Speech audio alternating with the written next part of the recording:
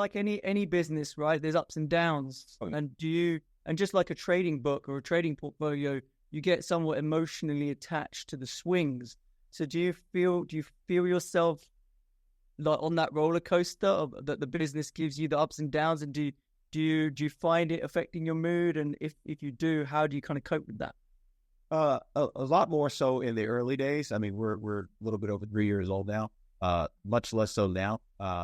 When I first started, I really didn't know what to expect. Right, it was the first time I was running a business from soup to nuts. Right, and I brought a very large team and desk at a major Wall Street institution, but I've never not major, mid-major, I guess, yeah, mid-major Wall Street institution that we took from nothing to that size. And so I'm used to kind of running this particular segment of the business, but I'm not necessarily used to running a broader business. We have vendors to pay and all this other stuff. So, I have great partners on that regard to kind of help me free up my time, but continue focusing on what I do best for our clients on the macro risk management side of things. So, in terms of, being emotionally attached to all those swings, like at the beginning, again, you just don't know what to expect.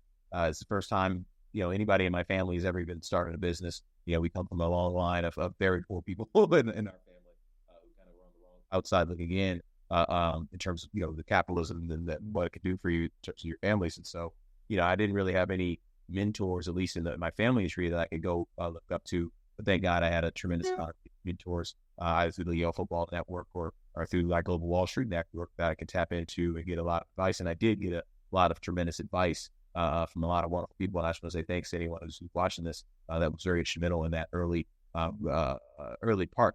But, in terms of the swings of the business, I think one thing I've learned over the last few years, to wrap this up, I've really learned to focus on the things that you can control and ignore everything else.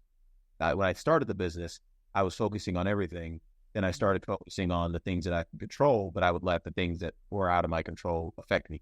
Now I don't even let it affect me. I liken it to, like if you're building a great football team, U.S. football team, the number one thing the teams are typically successful, the teams that you see playing in January and February every year in the NFL, those are the teams that love practice. They love every single rep practice. They love competing in the weight room. They love competing in the conditioning room. And it's not about winning a championship. It's about winning today and making yourself better today. And I've really adopted that framework and mindset in terms of how I run my business here at 42 Macro.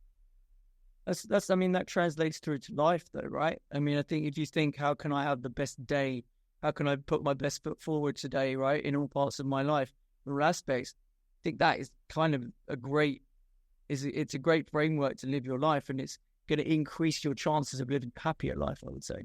Yeah, 100%, my friend. Yeah, no, it's about, setting small goals. And I think a lot of times, especially with new business owners, right? Like, we have these big lofty goals of, where we want to be in terms of revenue and profits, a multi-year time horizon. But the reality is, it's hard to accomplish big goals, but it's a lot easier when you break those big goals down into bite-sized goals that you can actually take a step forward towards achieving on a daily basis. And that's something that has really benefited me both, in terms of obviously running the business, but also emotionally. It's de-stressor, and you just really set yourself up for a lot more sustained success if you're, kind of doing the little things right day after day after day after day. In my opinion, I think that's the most successful way to be, whether it be an athlete, a business owner, or someone in the military. Anytime you have a high-performing competitive environment, it's all about, how can you maximize the amount of time you spend, you doing those things.